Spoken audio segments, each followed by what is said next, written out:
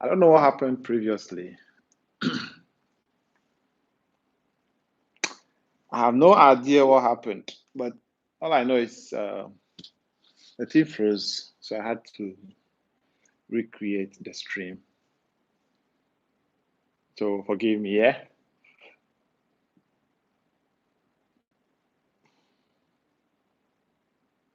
Okay, that's the camera. Okay. Yeah, so our previous stream froze, so I had to recreate this. I think I have to reshare the link. I don't know what happened, but it froze just like that.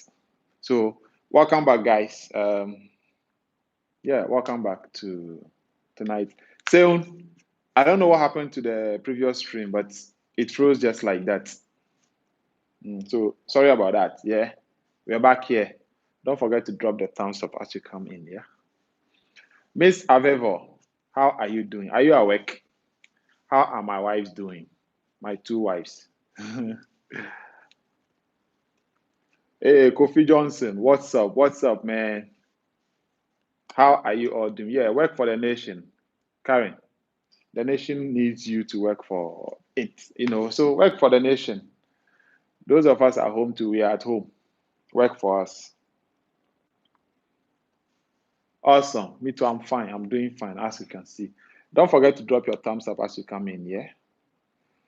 So the first time I tried sharing the link and then everything got frozen. So now I'm even scared to share it. Should I try it and see if it will work? Okay, hold on 1 second. Let me just give it a try and see.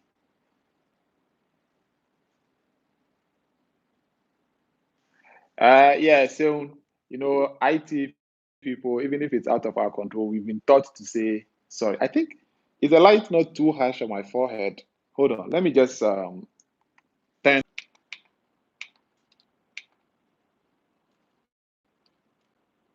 better now.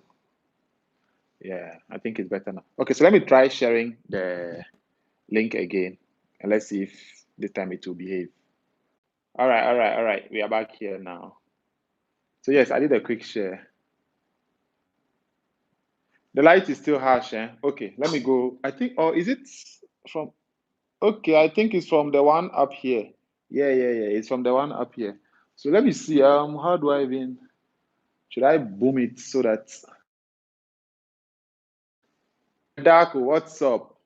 Yeah, the light is still harsh. It's the one from the top. Let me turn it off and let's see.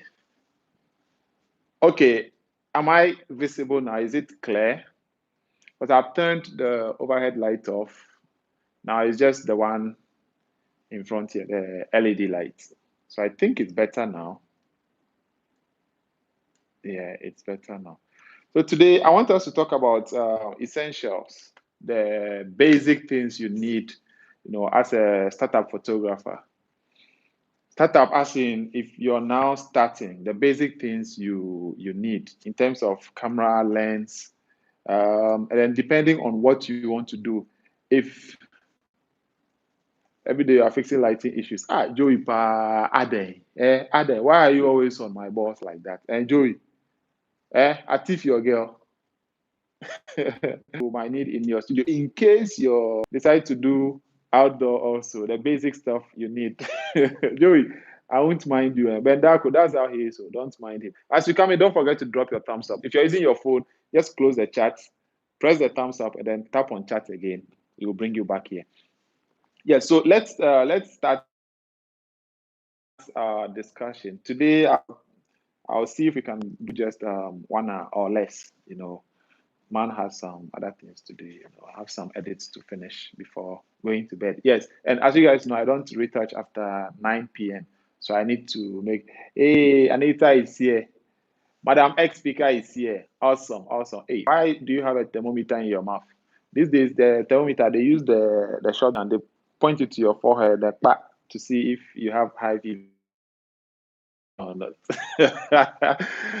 Okay, yeah. So as a beginner, you know let's first of all let's define what beginner is. A beginner means what? You're now your plans are not a problem. Oh, Joey, I see. Okay, I hear you. I will get you. Give us the essentials and let's go. Okay. Ben, don't mind him. Oh, that's how he is. Hey, Summit Multimedia. It's been a while I saw you here. It's been a while I saw you here. Because with this attitude, if I make you a moderator, you're going to be just like Seun. Yes. So as a beginner, we've already Black Boy Info. Welcome, man. Welcome. Don't forget to drop your thumbs up. We've already defined who a beginner is. A beginner is somebody who is beginning. Simple as that. You're trying to be a photographer or you're a photographer, but let's say you haven't had any experience. In terms of experience, we have beginner, intermediate, and then expert. So if you're a beginner, it means you don't have a prior experience. You're now starting to, harvest experience, if I'm allowed to say so. I try to break it down, to the basic. Larissa, welcome. You made it. Larissa, I owe you lollipop, eh?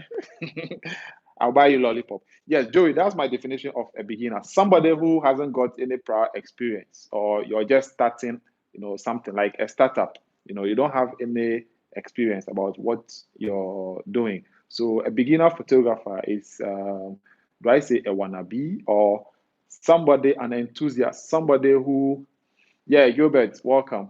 Joey, God is watching you. Seun, you see Joey. Hey, Cassie, welcome. Seun, you see what Joey is doing. Don't worry, we'll get him. As you come in, don't forget to drop the thumbs up. No, you're not late. We just started. So let me continue. Seun, please keep Joey in check. And when he misbehaves, knock the back of his head for me. Please, Joey, you can't go to Seller. Go and be an apprentice at Seller. But on the real, let me say the question Joey is asking is valid. I get more people asking me that question. How can they be an apprentice at my place? Can I? Joey, please, he's in Enfield. He will use his Enfield powers. Yes, I get asked a lot. How do I, learn from you? I want to learn from you. I want you to teach me. The thing is, like repeating myself.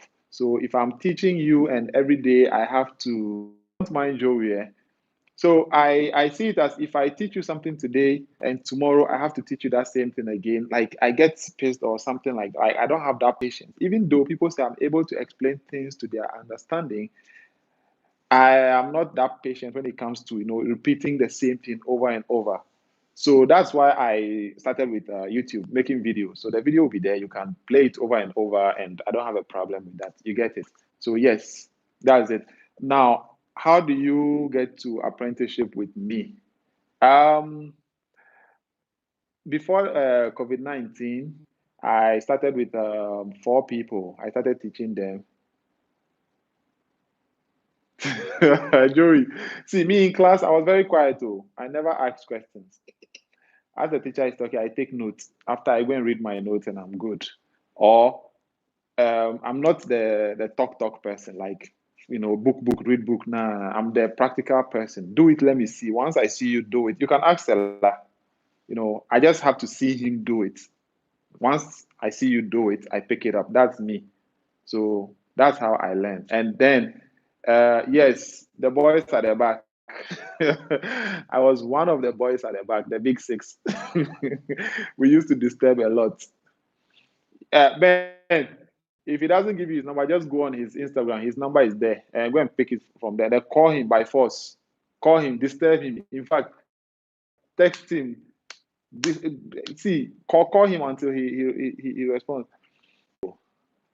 Uh, hey, Anita, welcome. Yeah, Choppinson, welcome, Choppinson. I see 12 people with 7 thumbs up. How come? Some of you don't have thumbs or what? Your number is okay. Bendako, buy me Papa's Pizza. I'll send his number to you. Okay, so as I was saying, I decided to do videos so I can explain everything. Then you guys just, hey, Kingsley, who has cut what? What have they cut? So I explain everything. I take my time to explain everything so that when you watch it once, twice, you'll be able to understand. I'm still trying to do a tutorial on micro dodge and burn, but it's I don't want it to be more than 10 minutes. But Charlie, that video, I tried the first one like 1 hour, another one almost 1 hour. Then I was like, no, let me relax, break, and that micro dodge and burn is very, very, very, very, Joey can attest, it's very, very, time consuming. So I'm still trying to, oh, their thumbs are cut, Kingsley. You're crazy, man. I'm not to have a great session. Anita, we'll check up on you, okay? Don't be sick, oh, please. Madam X Speaker, don't be sick. Charlie, Joey, Michael, I tried it, like 3 different recordings. So they were all above 1 hour. And I don't want any video to be over 10 minutes. Charlie, so I'm still thinking maybe I should. And if you break it down into smaller segments too, it will make the whole thing some ways. You see? So Charlie, I'm still thinking. Anita, Kusewai, we'll check up on you, okay? I'm still trying to see how best I can do micro dodge and burn. And at most cry should be 20 minutes, not more than 20 minutes. So that's one thing. I like explaining stuff. So sometimes I end up talking too much, which sometimes I notice. Like now, I'm beginning to see that. Yes, Anita, take it cool. We'll buy you vitamin C and all that. Yeah, good. So if you want to, I was going to train them. I'm emailing you the pictures. You do one tutorial course of me. No problem. Chopinson, just email it to me. Yeah, I think I gave you my email address. So just yes, it's true. I talk too much sometimes. Chopinson, just send me that email and I'll use it for a tutorial just for you. Okay. Okay. So let me continue. Okay. I promise I won't talk plenty. So I try as much as possible to make my videos. I don't, when I'm watching a video, once I pick what I want, I just leave the rest. So I try to not create that kind of video, a very lengthy video with too much non-find it. No. So that's it. Beginning of the year, I started with 4 people. I wanted to train them so that within 3 months, they will be okay. Then I'll just evaluate them. If they can be on their own, I just let them go, and then I pick in more people. The thing is, I've had problems. I have trust issues, so I can't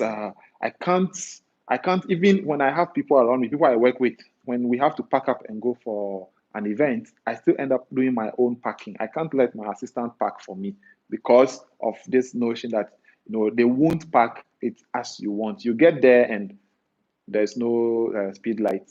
There's no SD card, that kind of thing. Florence, how are you doing? Eh? You see that kind of thing. So I end up doing my own stuff, and I don't trust assistants. That's how come I've been shooting solo for all this. You jump from photography topic to social topic. Yes, so I am okay. So if we want to remain on topic, I have to ignore you guys your comments about so that okay. Now I'm not going to read your comment. I'm not going to mind you guys again. I'm going to talk about why we are here. See, so I decided to train 4 people and then release them, then take it. So this year, my plan was to train a lot of people. You see, I planned to train a lot of people until COVID-19 came in and everything has been slow. It's been slow. But then I told 2 of them that by end of May this month, looking at how things go, we'll resume our apprenticeship. See, and most of the time, the people who contact me to do apprenticeship are far away. I want it when people are closer, because I don't want to burden them with transportation and all that. You get it? So that's it. That was the answer to the apprenticeship question. So if you want to apprenticeship with me, just get in touch and we'll continue. Now let's go to the main topic. Beginner photog essentials. First of all, there is one question I always ask people who ask me, what camera do I need? What lens should I buy? What gear should I buy? I'm a beginner. I'm now starting photography. The first question is, what's your budget? The second one, what kind of photography do you want to do? The third one, what do you already have? You get it? So let's break it down now. The first one, it's like common. Anything you want to buy, first of all, you buy according to your budget. If you want to buy a car, you don't just get up and then start roaming looking for a car. No, you look at your budget. Okay, I have, let's say, 5K. What kind of car can that get me? Then now you think, okay, do I want a BM? With 5K, can you get a BM? Then you realize you need to either go back, increase your budget, or you step down on your want. So the first thing is your budget. How much do you have? Then I get people say, okay, I have 8K. What camera and lens can I buy? Then the second question comes, what kind of photography do you want to do? The thing is, in Ghana here, or let me say Africa as a whole, most people don't specialize. We do style BRB, everything some.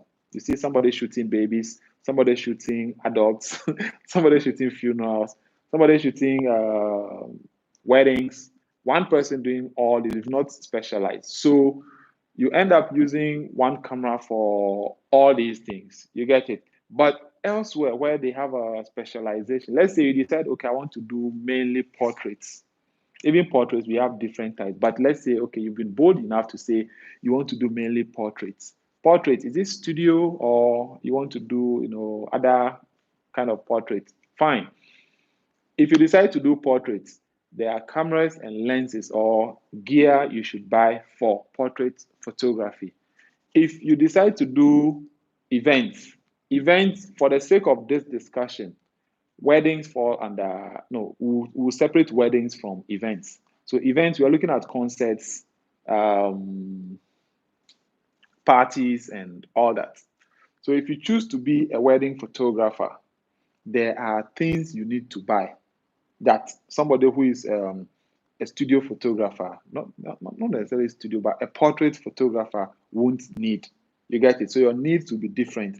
If you're doing more of studio shoots, your needs will be different from somebody who is shooting more outdoor. You get it? And then for a startup, a beginner, it's easier to learn to shoot with natural light than trying to buy all the lights you see people use. You get it? Because from my view, if you're able to control the sun, if you're able to use natural light to create images, it gives you an edge over somebody who just gets up and then starts buying lights and all that. Good evening, Evans. Welcome. So that's it. If you're a beginner, I'll advise you learn to shoot natural light first because that will help you appreciate light more. You know, Natural light is vast, it's broad, it's open. If you're able to, control natural light, then it will be easier for you. Yes, one person doing everything. That's what we find ourselves doing. But the right thing is for you to specialize, find a niche, and then build it. Kingsley does only babies. He shoots only babies, and that's his niche. That's what he's known for. You get it? Uh-huh. So learn to shoot natural light first. Natural light portraits. All you need is a bright day, a camera, a lens, SD card. You don't need a flash or a strobe or anything like that if you're shooting natural light. You get it? And once you learn how to shoot natural light, it will be easier for you to, when you move into the studio, it will be easier for you to control the light in a controlled environment. You see, because let's say you're shooting at midday and the sun is directly overhead and you don't know how to control it. How then are you able to control a softbox in an enclosed space? You get it? So if you're starting up and you're going to be doing natural light shoots, you need one portrait lens. Depending on the kind of camera you're using, if you're using a crop, the lens will be different. In the UK, we don't usually have the sun to work with, but we create our own mostly. Good. So, with somewhere like the UK or let's say Europe, where you have mostly snow or that kind of thing, I tend to even love that kind of thing because now the sun is mostly diffused, so you have clouds or ice covering the sun. And with that, even, the sun is very powerful. So the small light that passes through those things to come, creates this soft light. So I understand, yes, some of the kind of harsh lights you need to create some of these sun images, you don't get them there. So that's understandable. But I think most people here are in Africa, where we have, direct contact with the sun. So we get to enjoy the direct sunlight. But even this, I watch this guy, Manny Ortiz, and most of these guys in Europe and America, and I like the way they're able to use the sun, even though mostly the sun is hidden behind the clouds or ice and all that, it's very soft. And I wish sometimes we have that kind of weather here. But then it's cool. So aside that, you need a lens. We have portrait lenses. We have event lenses and all that. One portrait lens that I would recommend is the 85 mm. The 85 mm has been good to me. I don't know, maybe because that's the first portrait lens I got, or because that's what I've used or I've mastered to use. The 85 mm, it's a 1.8G, the Nikon version. It's sweet for portraits. You will never go wrong with an 85 mm. Some people go a step higher and buy the Sigma Art version 1.4 or 1.2 for Canon. And they enjoy it. I also enjoy my 1.8 because that's what I have. That's what I could afford. And it works well for me. So I didn't see the need to upgrade to the art. You see? So get yourself an 85 1.8 if you can afford it, or 1.4 if your money is good. You see, get yourself that lens, the 85 mm. It's very, very good for portraits. Very, very sweet, especially outdoor. It gives you that sweet bokeh, even though there are other lenses that give you, sweeter bokeh, but the 85, the compression and all that, it gives you, Charlie, lovely portraits. So get yourself the 85 mm. Very, very necessary if you're doing outdoor portraits. See, now when it comes to the camera, as for the camera, there is a lot more different brands and all that. Just research. Make sure your camera is giving you the best that you need. Our Fuji people are there. They always talk about their Fuji and all that. Nikon is there, Canon is there, and even some use Panasonic. But I see Panasonic more of a video kind of camera. See, Sony people are there. I'm in love with Sony, just that their prices are way high. So I'm sticking to my Vernon. You're talking about Fuji. Yes, Fuji guys are, making noise all over the place and all that. And I understand them. Rec was shooting here the other time with a Fuji, and Charlie is versatile. It's nice to use and all that, but I still prefer my Nikon or my Fuji. You see, so get yourself a good camera. It doesn't matter what camera you have as a starter. You don't need to break your bank to go and buy a pro camera. No, you don't need to go and steal. You don't need to go and be borrowing somebody's gear. If you can afford a D3200, buy it. If you can afford a T6, buy it. If you can afford a T3, a T5, I don't know if there is T4. Any camera you can afford. Some even use the 60D, 80D. Any camera you can afford, please just buy it. Having a camera you can use to practice is better than not having any. You get it? So just buy the camera you can afford and then try and get the 85 mm. Some people will say 50 mm. I'm not a fan of 50 mm for portraits. No. If I'm shooting in the studio, and I have to do maybe group pictures or something like that, fine. I use the 50 mm just because of the limited space. Otherwise, if I have my own way, even when I'm shooting in the studio, I'll use either the 70 to 200 or the 85. It gives you lovely compression. So try as much as possible to get yourself an 85 mm. It's not that expensive. I was looking at a D5600 as a second camera. What do you think? Never shot Nikon. D56, what camera do you have now, Vernon? Let me know, what camera do you have currently? Then I'll be able to answer you. See? So get yourself the 85 mm. Any camera you can get, just get it. Don't let the pressure barb you. It's better you learn how to use what you have than you have a 70D and a Fuji X-T1. Oh, my man, you have 70D and X-T1. Why do you need a third camera? Any reason why you want to buy a third camera? And now these are three different systems that you're having. Why would you want to have three different systems?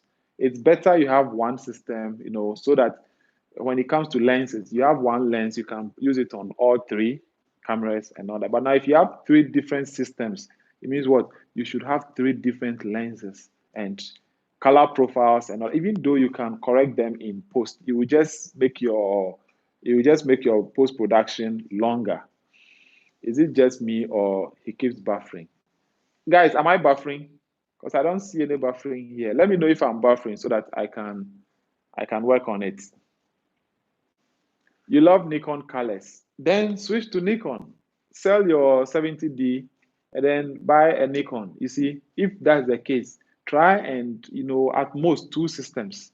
It's better than using three different systems. Guys, am I buffering? If I'm buffering, let me know so that I change my internet connection. I'm on the TurboNet now, so if it's buffering, let me know so I change it to Airtel Tigo. See, so get yourself a good camera. If you can afford a full frame from the beginning, Charlie, go ahead. If you can't afford it, if you can afford a crop, go ahead, get it. But make sure you learn how to use whatever you have. If it's a full frame you have, learn how to use it. I mean, of what benefit will it be? Is Seun still here? Of what benefit will it be if you have a full frame, let's say a Mark IV or a 750, D750 or D850, and you don't know how to use it, or you can't set it, you can't put it on the correct settings. Oh, okay, so am I buffering or I'm okay? See, if you have a high-end camera and you don't know how to use it, it's useless. Same way, if you have a low-end camera and you know how to use it inside out, you can create amazing images. You see, so learn how to use what you have. All right, thank you, brother. Don't let the pressure. Thinking of selling my 70D for a Nikon D4. Okay, so selling the 70, that if you see that Nikon has good colors and you want to switch to Nikon, no problem. All I'm saying is don't mix up the systems. Don't try using like three different systems at the same time. One, cost wise, you spend more if you're using three different systems. You get, so if you have to buy a lens, you have to buy three different lenses.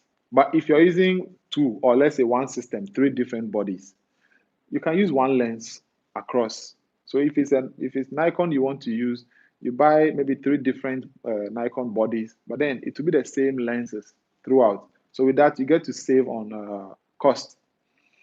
You see, now we've tackled your budget. We've tackled the kind of photography you want to do. So if you want to do weddings, it's advisable that what you get a full frame for low light performance and all that. But now it happens that some of the newer crop cameras can compete with the full frame cameras when it comes to low light photography. So that's also clear.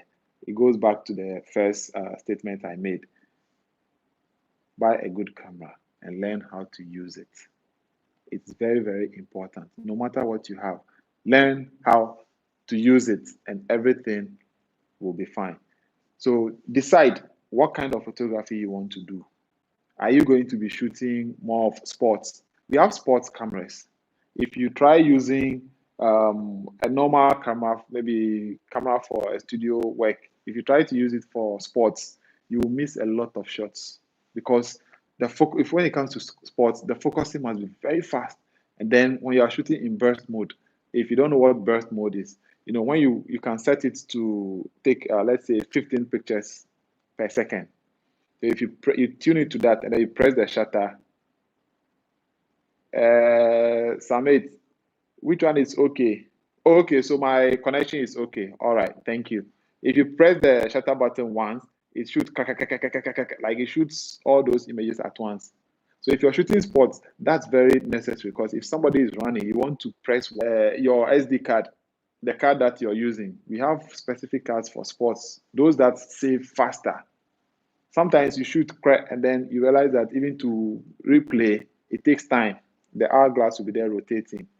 Maybe you must show us the burst mode on your camera.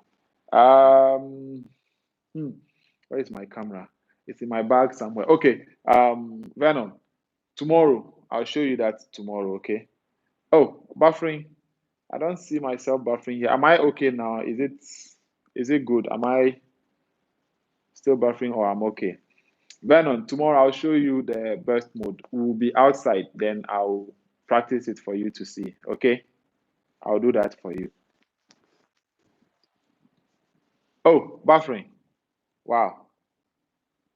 Okay, hold on. Am I still buffering?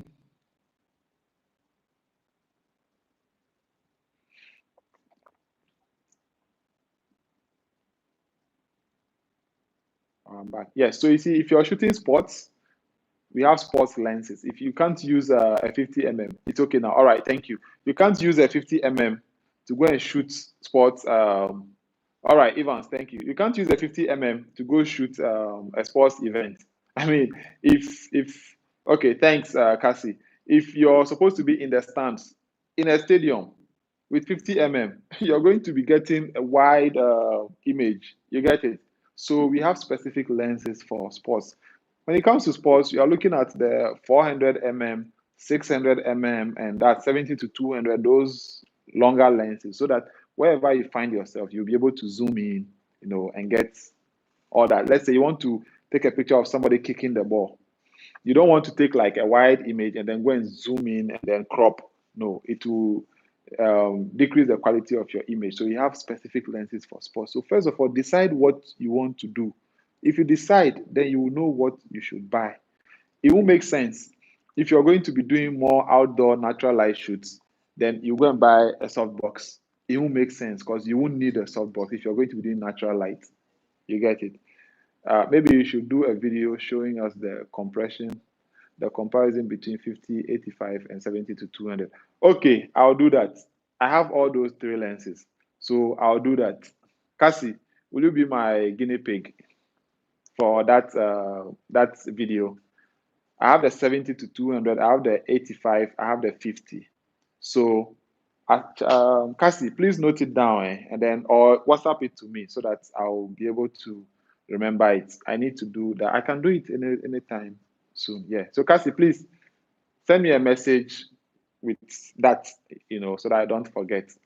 Awesome. So, Vernon, I'll do that for you. Okay. So, decide on what kind of photography you want to do. That will greatly affect what you should buy. If you're going to be shooting outdoor mostly under natural light, all these soft boxes, you won't need them.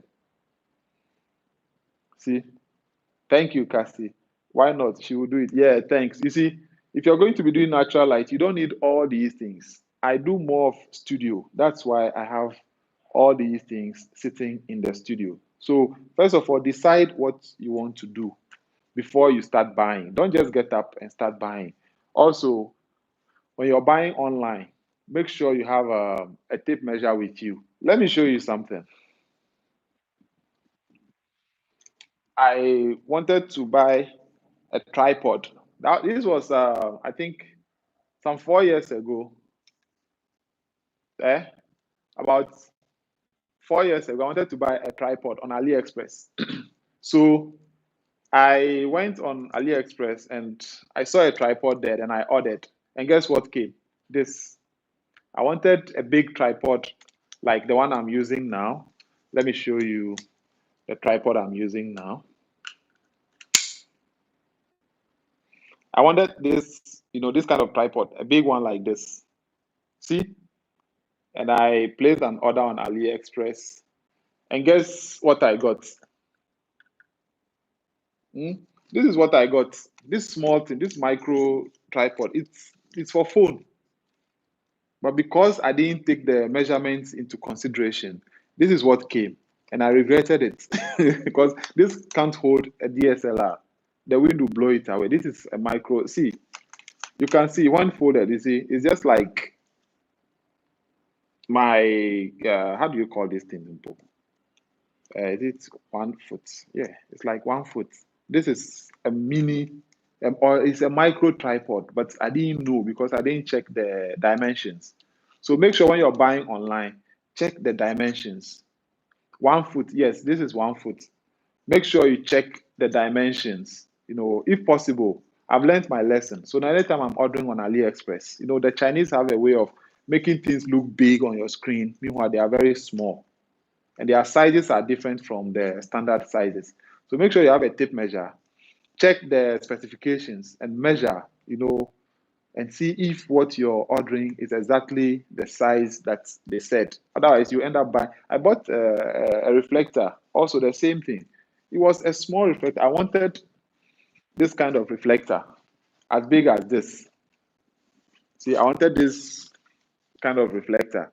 But what came from AliExpress was about 60 centimeters wide. You see? So make sure you check the specifications of the stuff you buy. But now you guys are lucky that most of these things are being sold here. When I started, you couldn't get most of these things here. So you had to order them from AliExpress. But now NK has them, Popo has them, or Shikakope has them. So where is your tape measure? Oh, my tape measure is inside. It's inside. I always kept it around me because of this. I didn't want to be buying things that didn't fit or something like that. So know what you want to do, the kind of photography you want to take, and learn to specialize. Don't be like me. Don't shoot everything some. But me, I don't do funerals. I don't shoot funerals and all that. So don't try and be everywhere. Try and then specialize. Even if it's 3 or 4 groups that you will take, fine. It's better to be known for something than to be known for nothing at all. That way, when somebody needs someone for a specific thing, they can easily say, oh, this person does that. Kingsley now, if anybody comes, oh, they want to do a baby shoot, I tell them I don't do it, but I have a friend who does it. Then I recommend him to them. You see, that's it. I have things that I'm also good at. If somebody wants to shoot in the studio, they come to me and I do it, and that's one of the things. I shoot weddings also, and then I shoot events. Aside that, funerals or any other things, me, I don't know how to do so. You get it. And this year I wanted to specialize in maternity, but COVID-19 won't let us be. So 3 is okay, Sheng. Yes, that's true. 3 or 4, it's okay. But you find people doing star BRB, everything some, and it's heartbreaking. At the end of the day. And one other thing also, retouching. People outside are making money from retouching, but in Ghana here, the photographers retouch their own pictures, so you won't make money as a retoucher. That's why most people don't even do it on a commercial scale. I tried doing commercializing my retouching, but actually people don't want to pay. Photographers don't want to pay. I mean, somebody has gone to charge 250 Ghana for 20 retouch images for a package. And let's say I'm retouching one image for 50 cedis. I mean, if I retouch 5 pictures for you, your 250 is gone. So how much will you, the photographer, make after charging 250 Ghana for 20 retouch pictures? You end up doing your own retouching. That's how come the retouching business is not moving forward in this country. The way people charge, that's it. So we've discussed 3 things as a beginner before you start buying stuff. What's your budget? What kind of photography do you want to do? And then what do you already have? Now, somebody comes to me. See, when Vernon said he wanted to buy the D5600, I asked him, what does he already have? So it won't make sense if you just come to me and say you want to buy a softbox. I'll tell you, okay, buy deep bow 120 centimeters. Now, if I give you that, it's a vague answer. I don't know what you already have. What if you already have a 120 centimeter softbox? You see, because this one hanging over here is an Octa 120 centimeter. And then this over here, it's a parabolic 165 centimeters. They are all soft boxes, but they have there are specific roles that they play. I have a smaller one down here, the 80. This is the 80 centimeter. Hey, easy.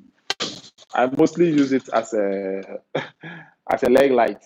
So anytime I do my setup, especially when I'm using white, I place it on the bottom so that it eliminates my subject's legs. You see, people don't like their legs being dark from their body. They want it to have almost the same shape. So I put that down there. People use umbrellas. People use octa boxes. Some people use deep bow.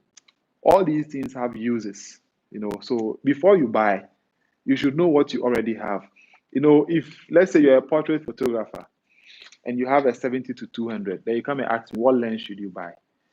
Without me knowing you have 70 to 200, I might tell you buy 80. But if you have a 70 to 200, it's perfect for portraiture. It's perfect if you're a portrait photographer to have 70 to 200. You get it? It's very, very versatile. So first of all, know what you have. Then you can decide what you need. Don't just go on a buying spree because people are buying, so you also want to buy. No. Know what you want to use it for. Know your budget, and then know what you already have. See, for a long time, I've had the 85 so I never bothered buying the 70 to 200 because, I was shooting whole weddings with 85 and 50 just those two lenses on my D610. It's a full frame.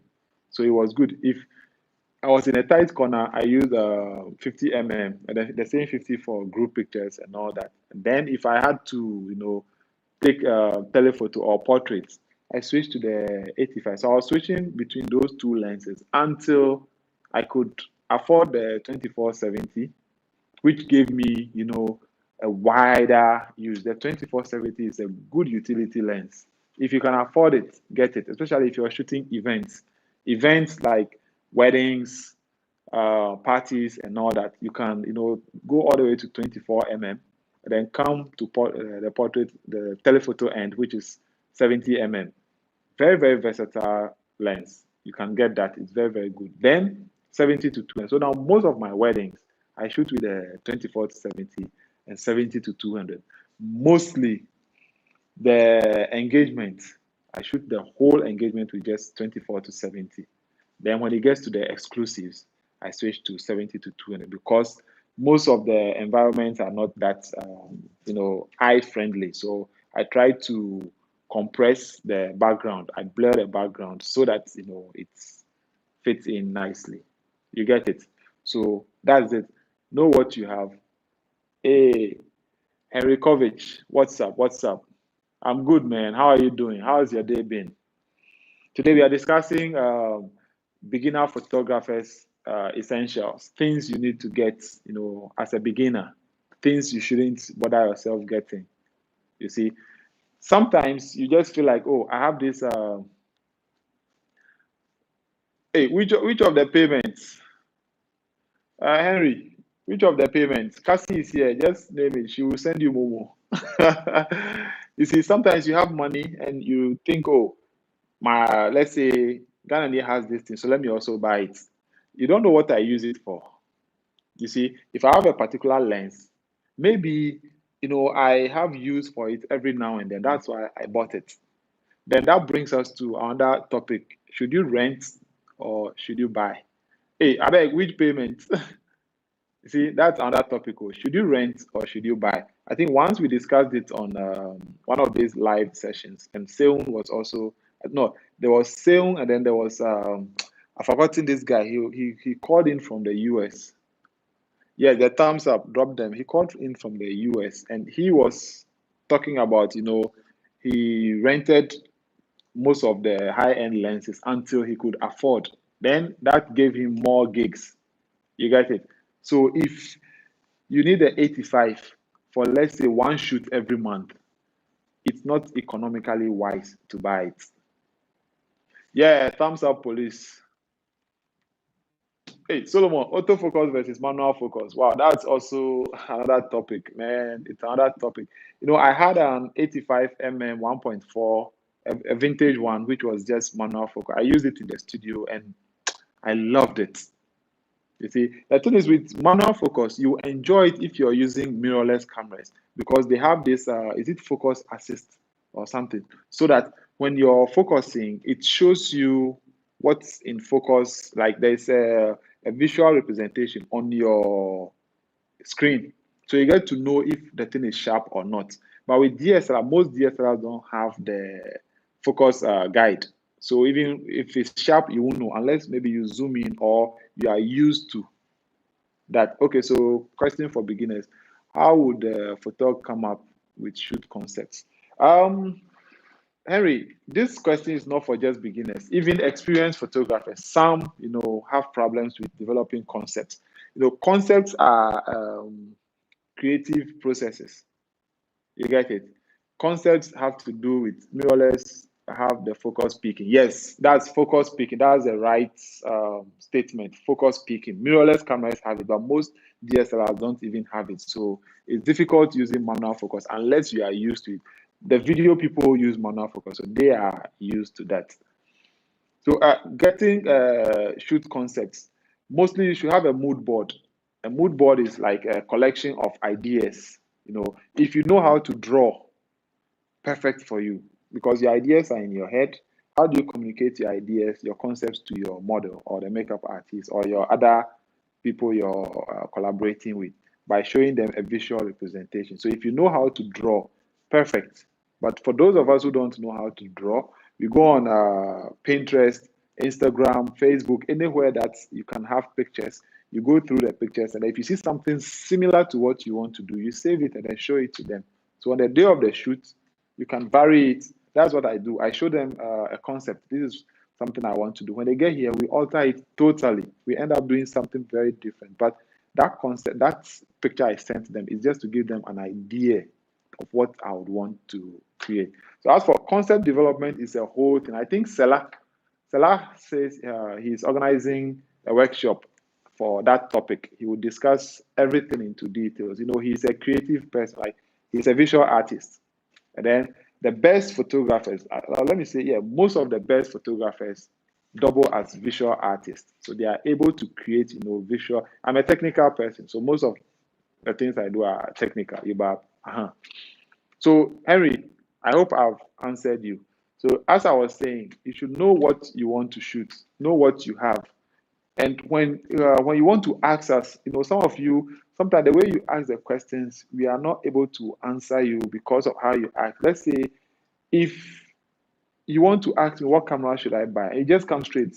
Ghananie, what camera should I buy? Brazilians love their work. Congratulations. Thanks, man. Thanks, study. How are you doing? How was your day? So if you want me to assist you get a camera, one, you tell me, let's say if you don't have a camera yet, you let me know.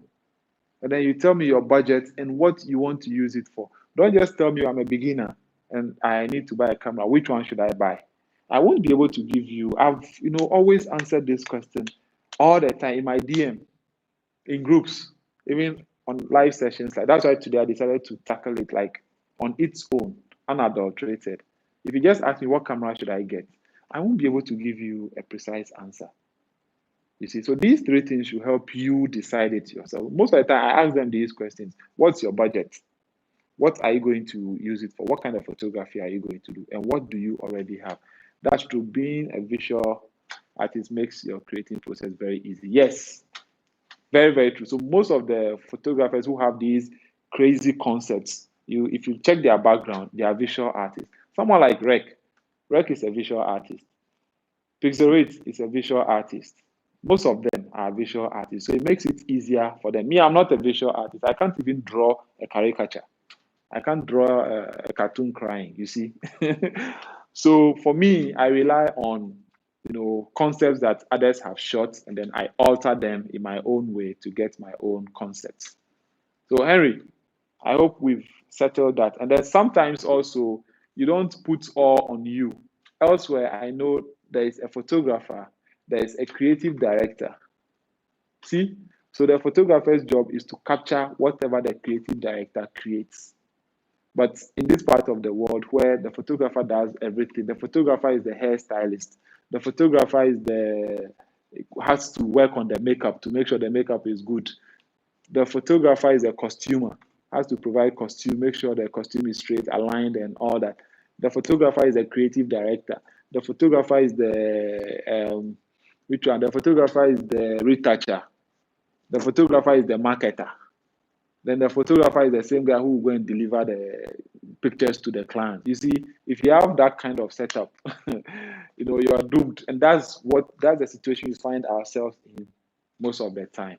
You get it? But elsewhere, when you're shooting, it's divided. So you have your clear mind. You can, just sit behind the camera and make sure your angles, everything is JJJ because there is somebody creatively directing the model. You get it?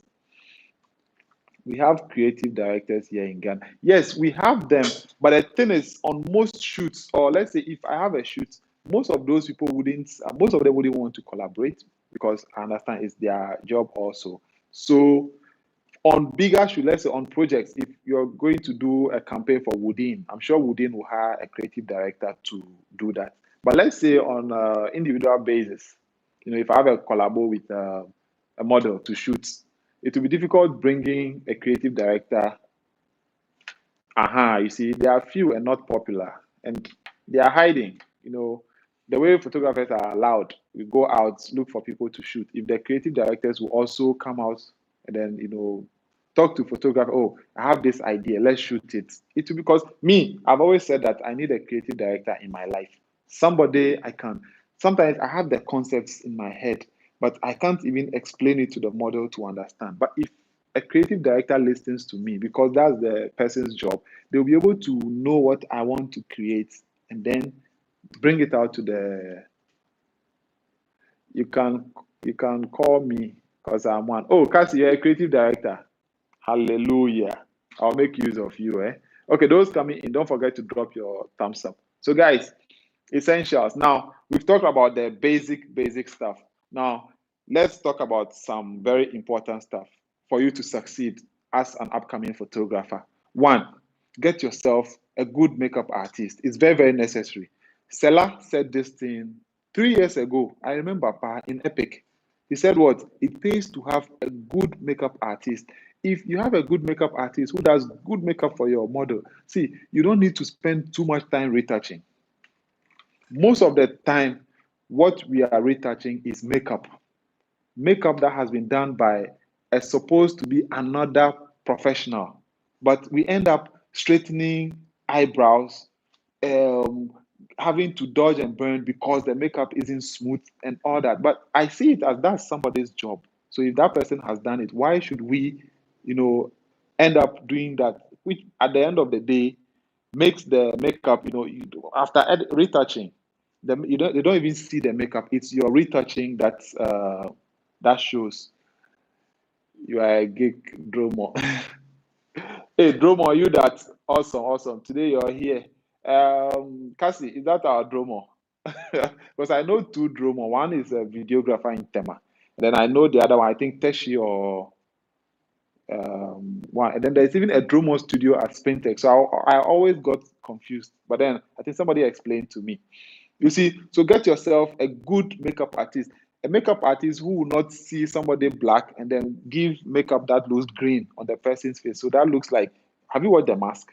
Like somebody has put on that green mask. So now you have to suffer and then match the face to the skin, which is what most upcoming retouchers or photographers, that's their headache.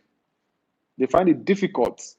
But then I have a tutorial on that, how to do that in Capture One. There is one already on my channel, and I will upload one very soon. It's part of the series that I'm uploading. You see, it's a you see a fair person, and then you give them, oh, okay, that's not our drama. Oh, okay, all right. Parkway, identify yourself very well. You see, so if you have a good makeup artist who knows how to match the face with the body, you're good to go. You won't spend too much time retouching. That's one. Two, find yourself. I don't refer to them as models because not all of them are models. Some will say they are models, but they are not. So I prefer referring to them as muses. Muses are like source of inspiration. So you can use them to create your inspiration. So get yourself good muses. Muses who know what they are about, not the type that will come and stand in front of you. Use 3 weeks to plan for a shoot. They will come and stand in front of you and say, I don't have any pose. You need to direct me. No. Get yourself a muse who is fluid, a muse that you can say, oh, I want you to be fierce, and they know what fierce means. I want you to be wild, and they know what wild means. I want you to give me a mean face, and they know what a mean face is. That's what I'm talking about. So get yourself these people, and they will make your life easier. Then you can function as a photographer. Not, you hold a camera, then now you're trying to show your muse how to, give you a facial expression. No, it's too much work. You get it? So get yourself a good makeup artist. Get yourself a good muse or model, whatever yes. You see, that shoot with Kathy, it was, you just tell her, give me this, and phew, she flows. Give me this, phew, she flows. Behave like an animal, she flows. Act like water, she flows. You get it? That kind of muse will make your life easier.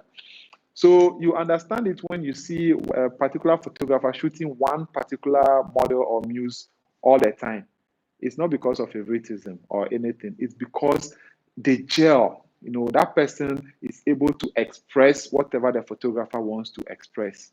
You get it?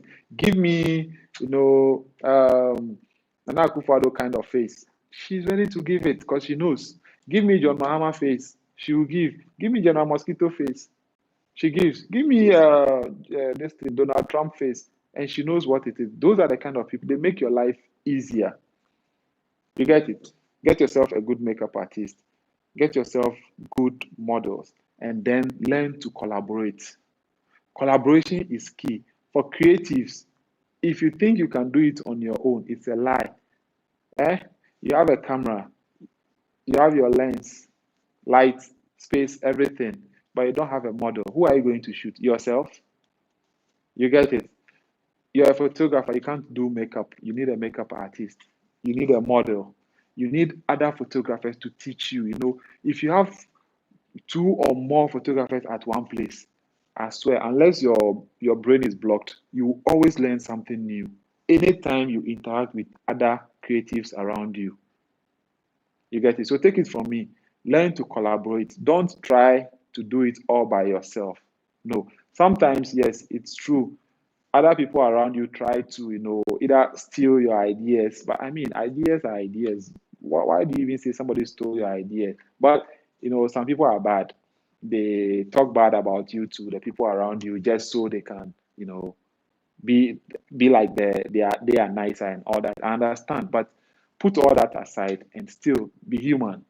Learn to collaborate, interact with other creatives, makeup artists, creative directors, models, and all that. You are not an island.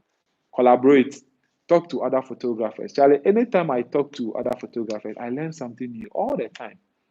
There was a time I made it a point that anybody has a shoot, I'll just come see how you're doing it, interact with you. Oh, why are you doing it like this? I'm used to doing it like this. How come yours is like this and all that? You see, you learn something new. That's how it's supposed to be. You get it? Okay, what else were we talking about? Get yourself a good makeup artist. 2, get yourself a good model or muse. Don't trade these 2 things. A good makeup artist. See, Pixelray said it too. And at that moment, I was like, the thing is, you're going to retouch the image. Yo, Frank Henry, what's up? How are you doing? Don't forget to drop your thumbs up, man. And welcome to this live session. Are you a photographer or just a content creator? You see, he said that get yourself a good makeup artist to make your job easier. And I was like, we are retouchers. We know how to retouch. After all, whatever makeup they are going to do, we are going to retouch it to our taste. So why do you need a good makeup artist? Because you can still get bad makeup and then you retouch it. Oh, my lost son. Wow, I see. How come I don't recognize the name? Is there another name that you use? Then later, when I started interacting with makeup artists, then I realized there are good makeup artists that will make your job easier, and there are other makeup artists that will make your job even more difficult. That's why I developed this sense to no makeup, because I'm like, if there's no makeup, Then, oh, okay, Frankie's. Okay, okay, I think I remember this name. I remember this name. Charlie, where have you been? See, so I prefer no makeup to rather makeup because some of the makeup artists, you see, I'm dark.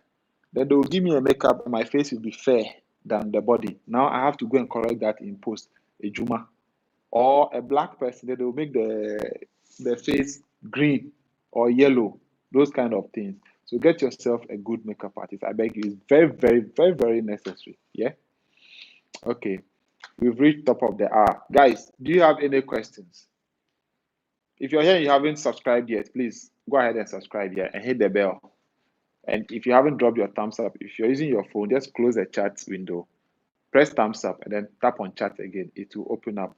If you have any question, please ask. I have spoken a lot.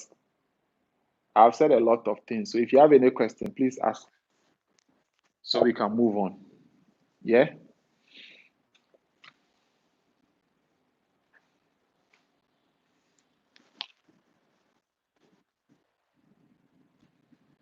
Any questions for me? Oh, I think I need to change this to the other. Okay. Any question for me before I continue? Now, I've been talking for too long. Do you have any questions for me? Or you're typing them? Okay. I'll wait as you type them. But in the meantime, hey, please teach us how to do makeup in post production. Hey, Cassie, you want me to teach you how to do makeup? Then one day I'll bring quads because it's quads who can shoot, somebody without makeup, and then he will do makeup for the person, add blushing and all those things. Very topical of Ghanaian, very typical of Ghanaian makeup artists. Uber breath. It's true. It's true. But Charlie, this thing, that is Parkwesi. This is Parkwesi. Yeah, so Parkwesi, Cassie says language. Yes, language. Yes, Uber breath because the thing is most of them, Charlie, most of them say, oh, they do the makeup, and at the end of the day, you realize that they are even giving you more work than what you should have. How did you become a photographer? Learned from school, talent, etc. Samit, I developed this as a passion. Photography is a passion. I didn't go to school to learn photography. I mostly what I know about 80% is from YouTube. The rest from colleagues and then practicing. So that's it. Yes, I learned my photography from YouTube. That's why I take YouTube, seriously. That's why I decided to also come in here and then contribute my quota because I learned most of what I know from here. The rest, friends. I contact friends, tell I want to learn how to do this. I'll go sit there and then learn. Right. How do you achieve sharp focus? Kwamina, sharp focus. This evening, just before I came live, I was doing a research on focusing. Hold on. Let me go bring my camera.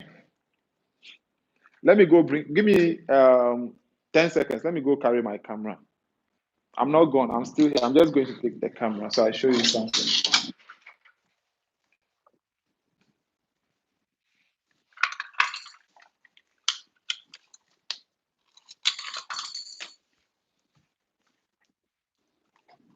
All right. So I have the camera and let me show you something about sharp images. About sharp images. How do you achieve sharp focus? Good. So about sharp focus, what do you have to invest in the most as a beginner? Okay, Marcus, I'll check that.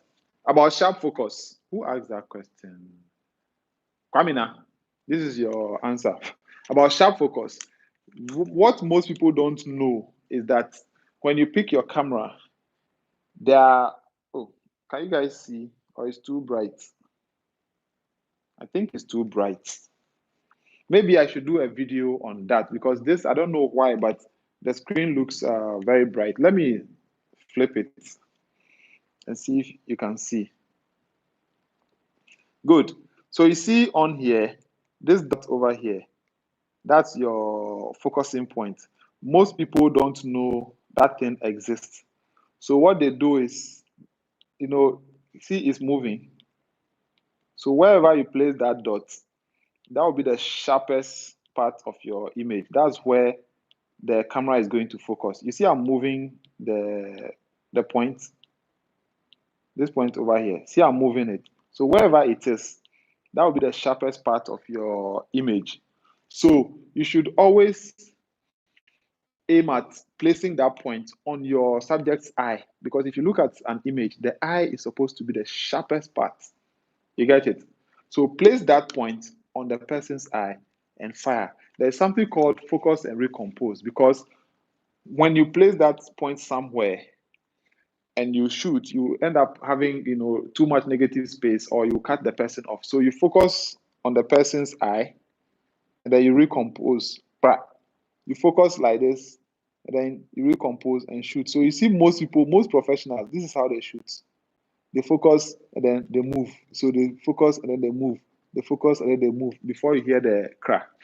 So that's how you get sharp focus. The second thing is on some cameras, you see, if you look in the viewfinder, see somewhere here, there's this small knob, the diopter. I don't know if that's how to pronounce it or something, but then that's what it is. There's a small thing here. If you look through, you realize that like it's blurred here. So you use that to adjust it. If you're wearing glasses, your settings will be different. Or if you have eye problems, it will be different.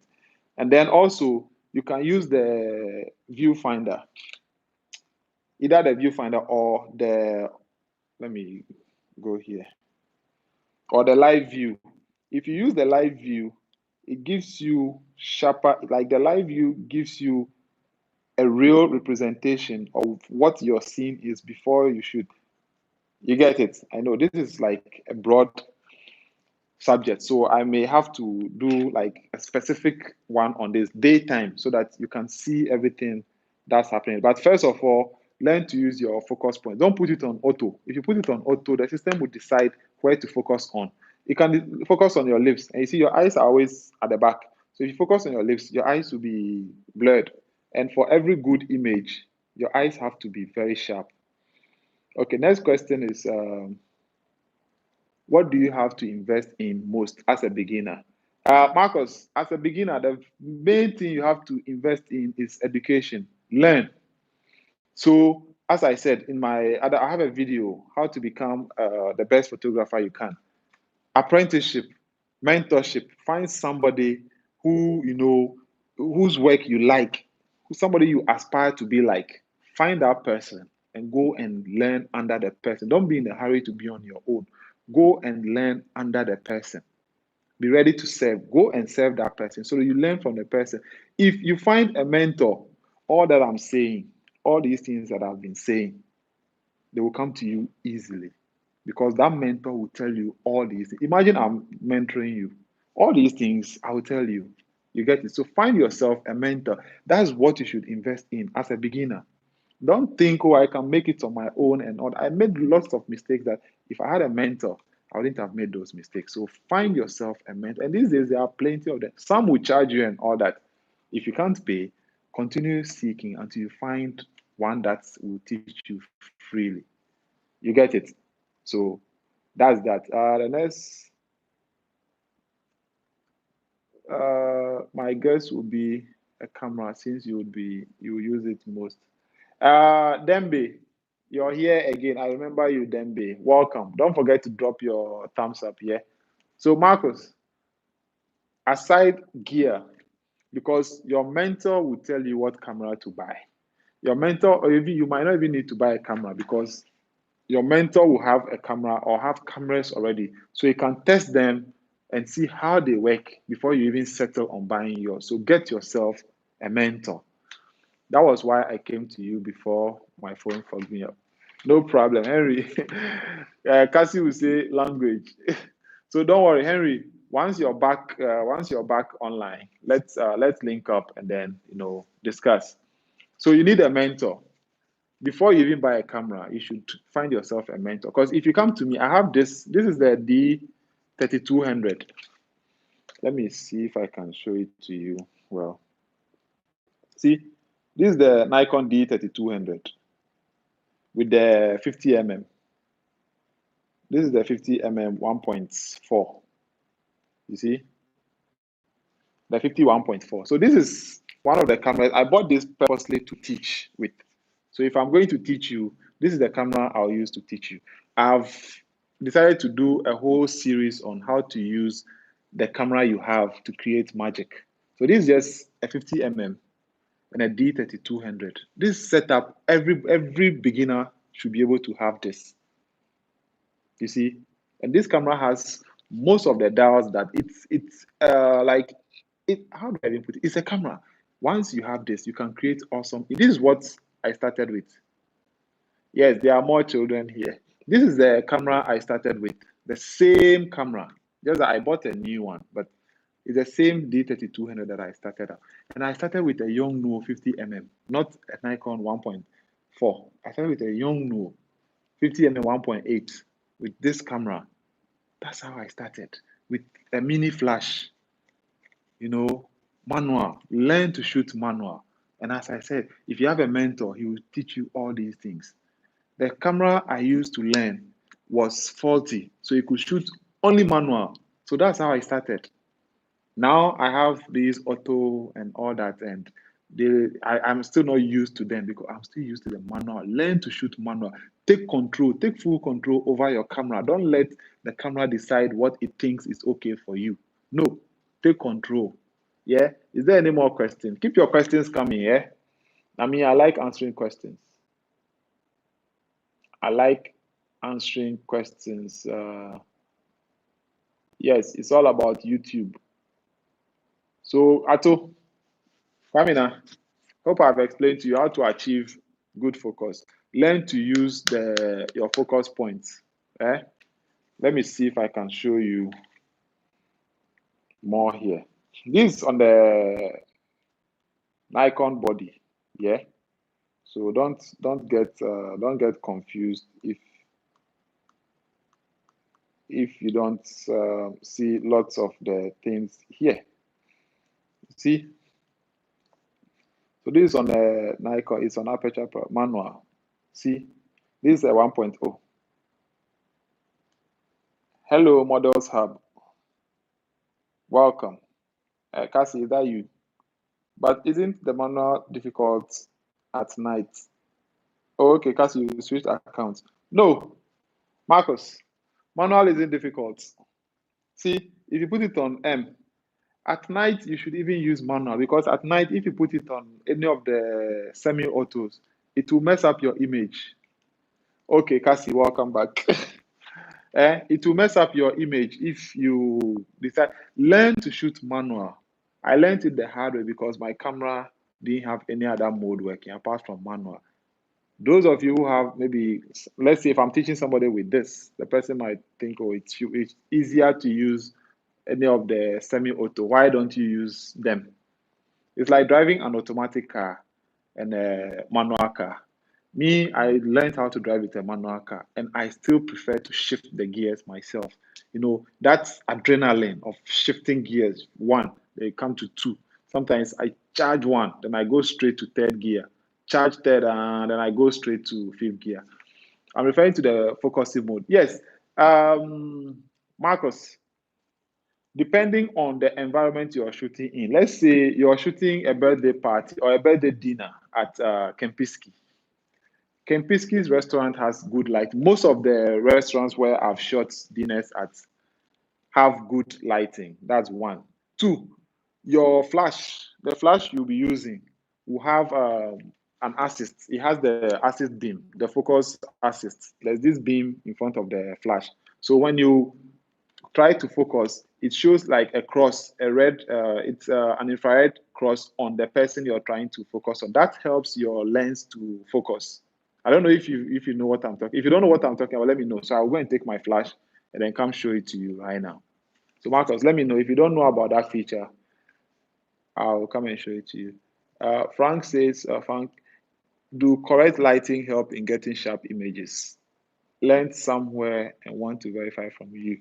Do correct lighting help in getting sharp images? Um, Henry, photography is all about light. Eh? So if you want to get sharp images, as I was explaining to Marcus a few minutes ago, you need, okay, so Gilbert, I'll show you. I'll take my flash, I'll bring it out right now and then show it to you. You need good light. If the place is very dark and you try and then crank up your settings just to get an image, you realize that you have to increase your ISO and a whole lot. You won't get the best image. But if you have correct lighting, Charlie, the image will be very sweet. So yes, correct lighting helps you get sharper images, even though it's not solely how you position yourself, how stable your hands are when you're shooting, your settings and all that, they all come into play. But yes, correct lighting gives you sharper images. So let me take my flash so that I show you guys what I was talking about. Hold on 1 second. Let me just go pick up my flash.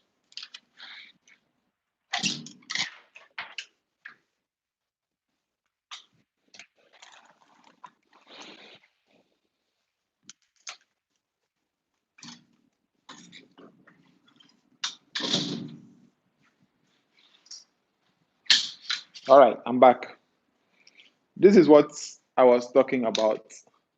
Okay, Samet's message was retracted. So, guys, as I was saying, at night or when you're shooting indoors in the evening or when the light is not good, you see, this is my speed light, this is my flash.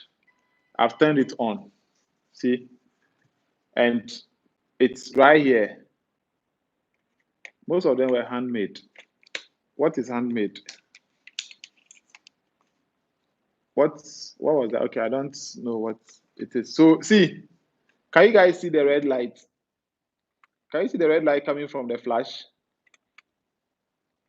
Let me know if you see it. See, there's a red light flashing in front of the flash over here. This red light. Do you see? It happens only when I half press the shutter, the shutter button. Do you see the light?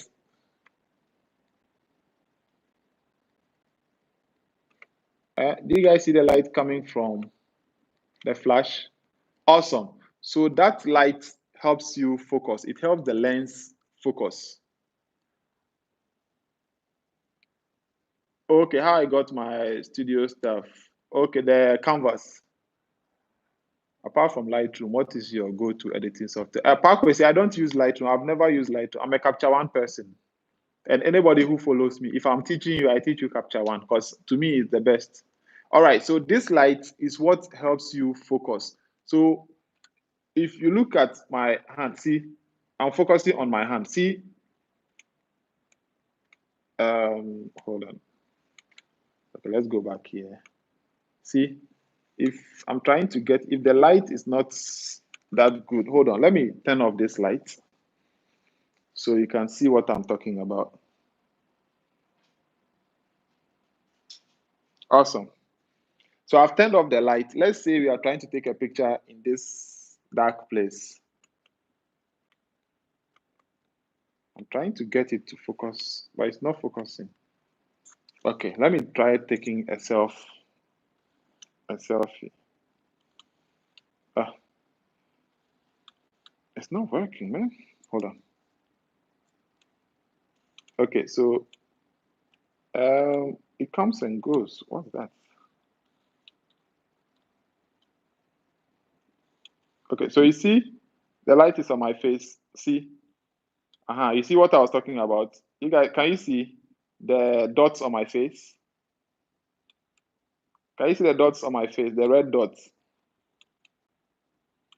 See, the red dots that flash on my face and then vanish. That's the flash trying to illuminate my face so that the lens will be able to focus. You see? So that's how it works.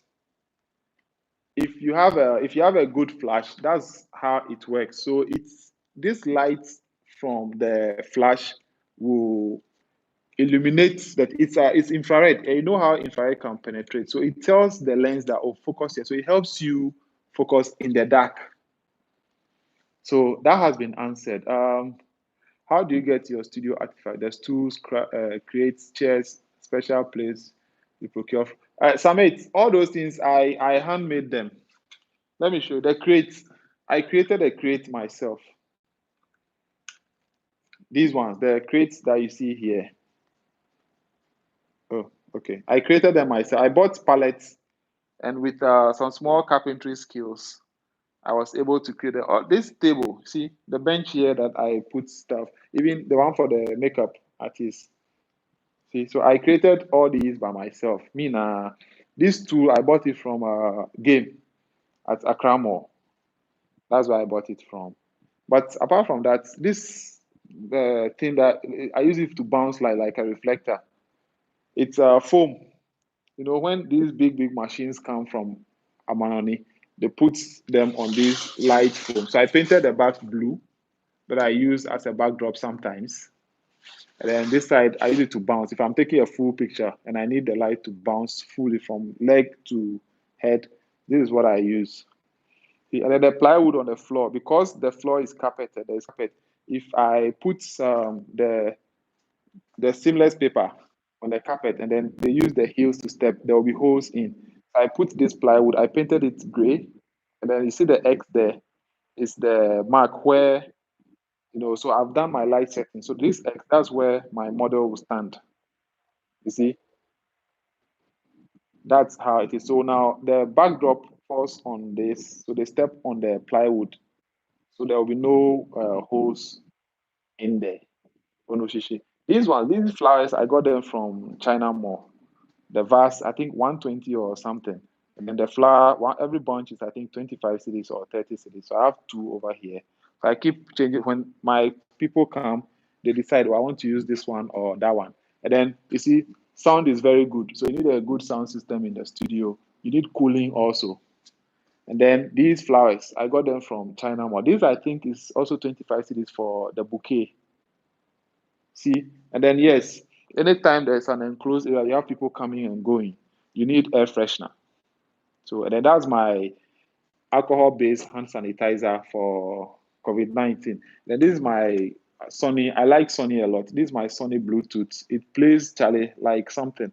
So when I'm going on location or shooting a wedding, I carry this along to play music. Music puts the shoot in a good mood. Then this is the Sheen. This spray, we spray it on the body to make it smooth and all that. See, so that's basically it. And in my studio, I have a PlayStation also. So in case you come and shoot and we are bored, we play video game. That's a TV for the video game as well. See, so let me go read your comments and questions.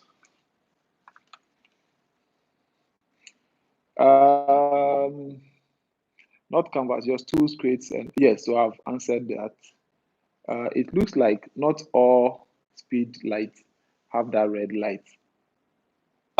Yes, the X mark is where people start. Okay, so most speed lights have it. Most modern speed lights. So make sure when you're buying a speed light, you're buying a correct one that has the focus assist. So with this, even in the dark, because the red light, I use this to shoot events where, let's say it's a bachelorette or something, the place is very dim, like only these decorative lights. I've used it several times and it works well. It's focusing on the hand, so it creates this grid thing on the hand, so it's able to focus. See, and I can see I shot. Oh, it didn't focus. Let me try and get a clear shot of my hand.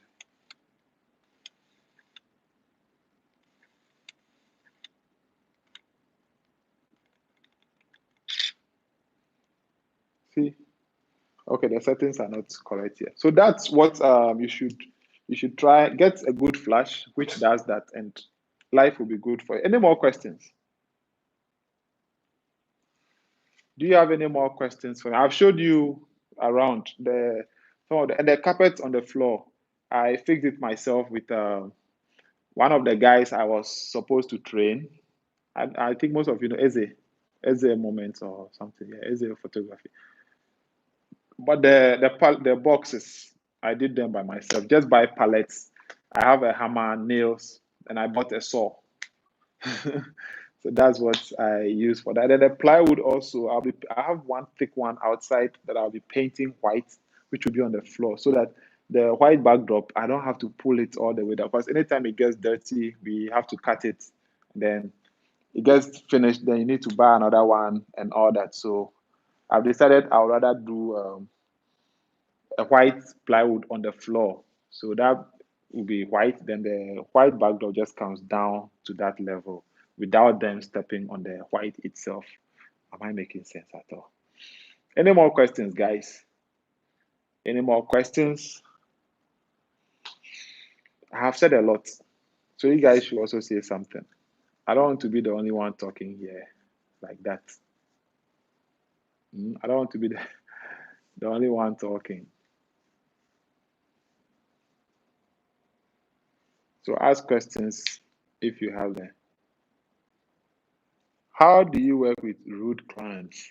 Um, my philosophy is once you're here, you're in my space, or once I'm being contracted to do something for you, you're my boss.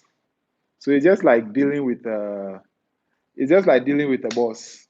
So Charlie, if your job security depends on you saying yes sir, master, yes sir, master, Charlie, you just do it. I mean, it's just temporal. I'm just there to render a service and collect your money.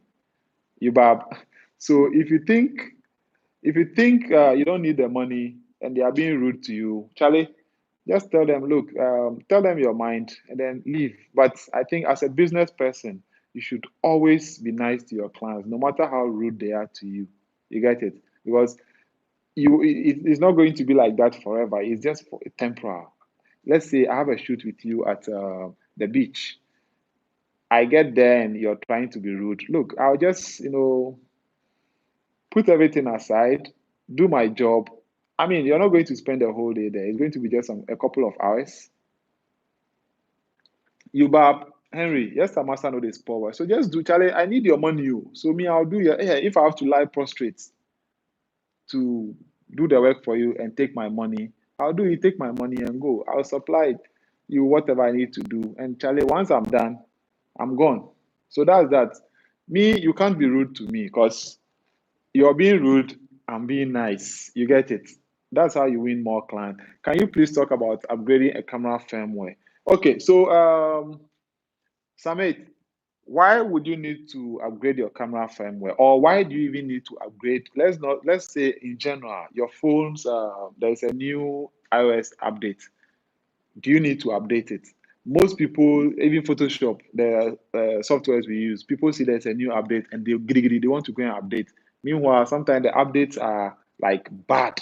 You need to wait for reviews and all that before you. So my advice is, anytime there's an update, don't be in a hurry. Don't be in a rush to go and update. Don't try to be one of the first few people who got it first. No, most of the time the new updates, the major updates have lots of problems.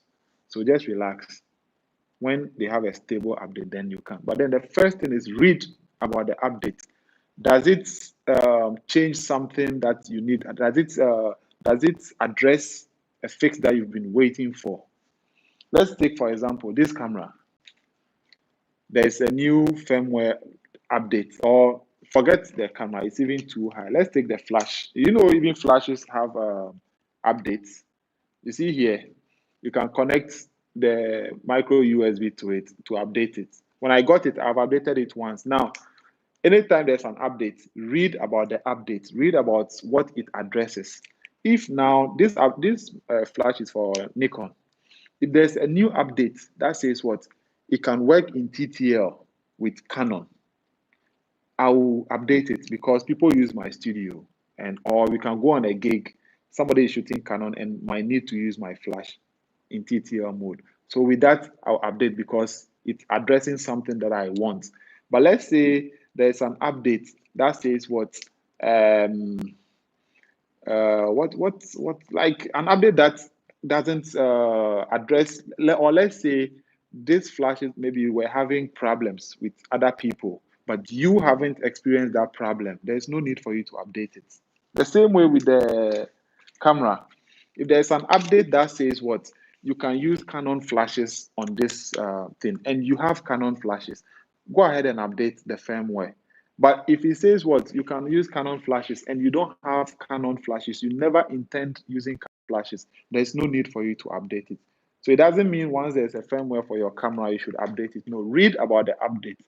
If it addresses a concern you've been having, then you can update. Otherwise, forget it. Once it's not broken, it doesn't need fixing. You get it? If it's a critical update, download and then upgrade it. If it's not, then you're good to go. Yes, I'm Asano this poor work.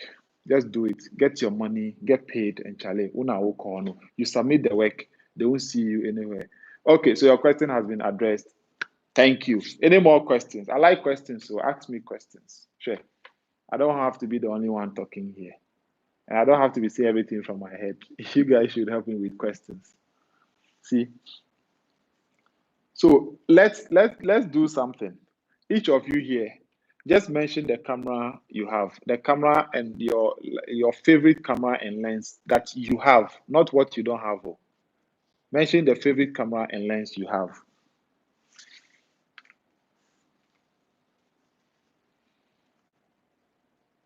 Yes, Gilbert. This is the Godox Vein 860 Mark II.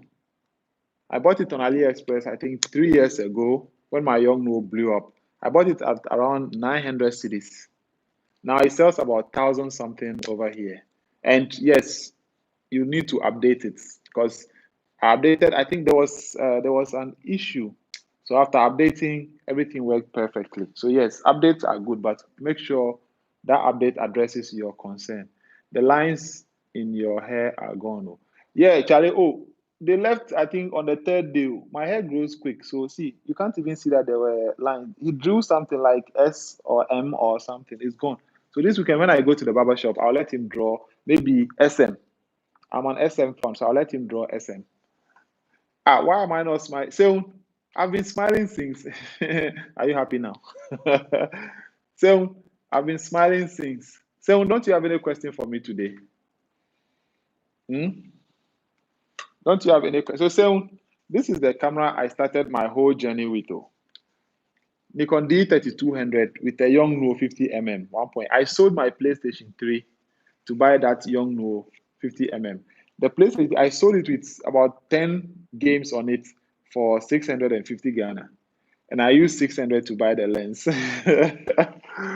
So the passion, this photography thing, if you start, all the money that you get, you use it to buy gear. So please ask your questions. And if you're here, you haven't subscribed, just go ahead and subscribe and turn on the notification so that you don't miss any of our discussions and then my posts. Tomorrow is Wednesday. I'll be posting a Capture One video. So turn on notifications so that you get notified when I post it. Yeah.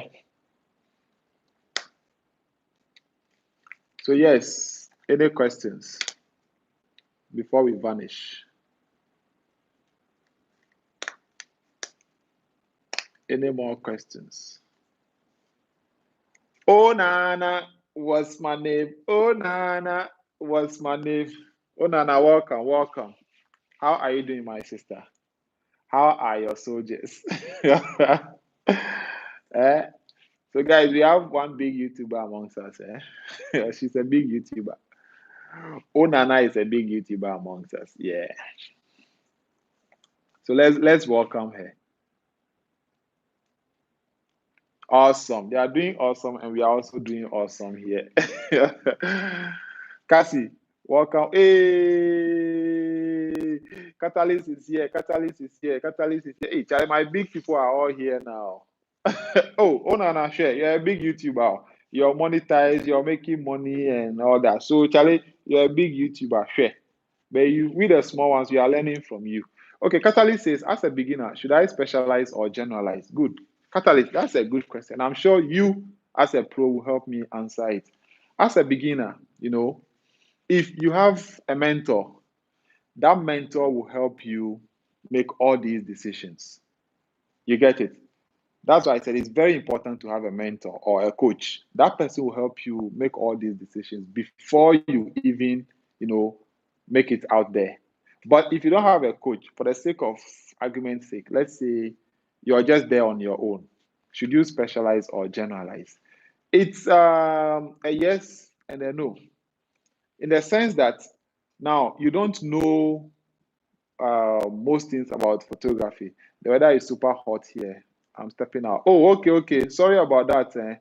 It's I think yeah, they say you guys are in summer now. Okay, okay. It's hot here too. It rained yesterday and today has been like hell. So yes, oh Nana, go take a walk, have some cold air there.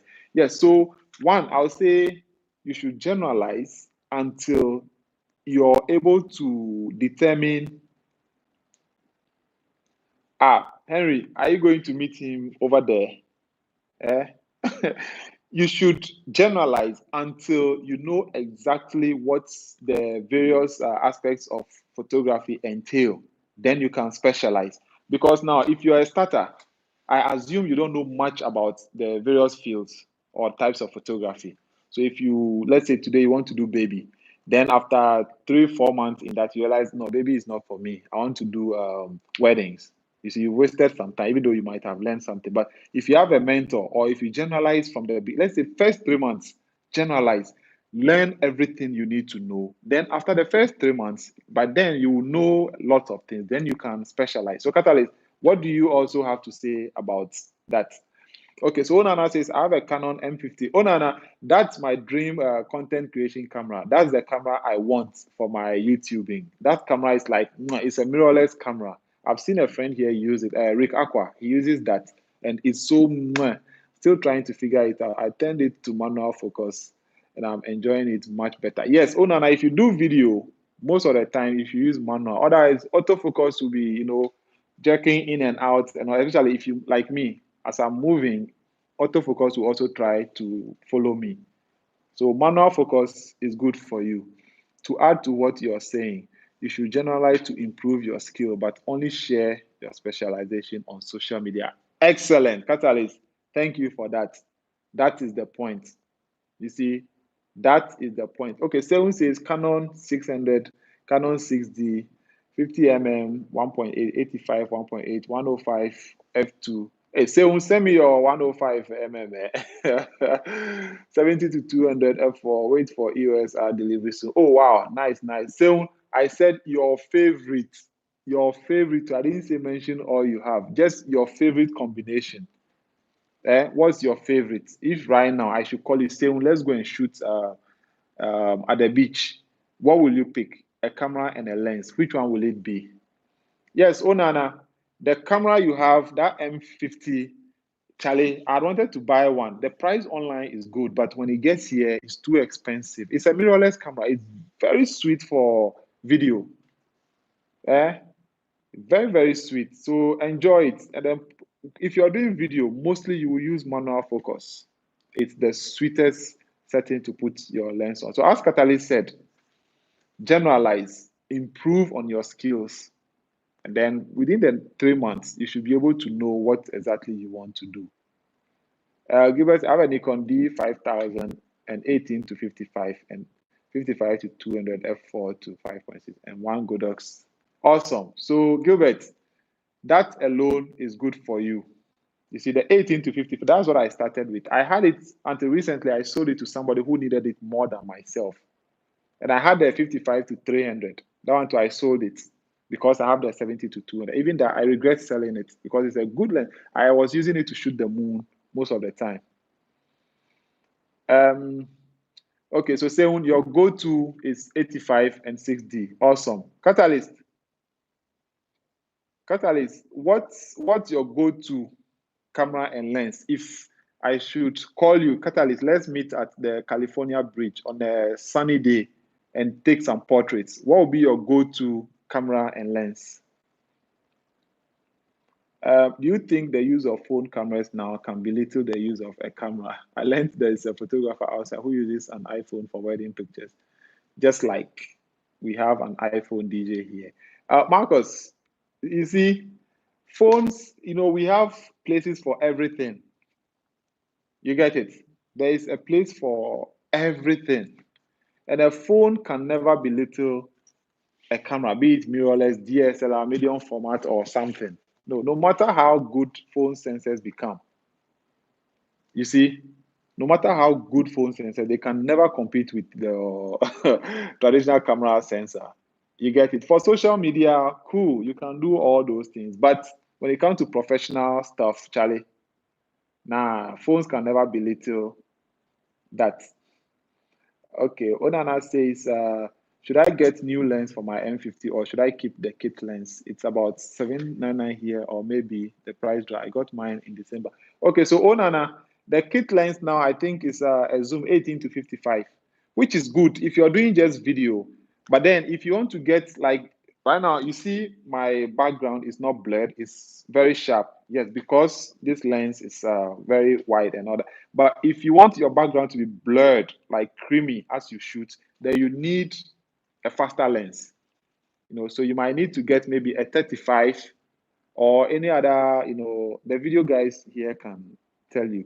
You need to get a lens with a smaller aperture, an f1.4 or 1.8 lens. That will give you a blurred background. So with that, or if you're shooting outdoor, it will end up, you don't want your background to be distracting.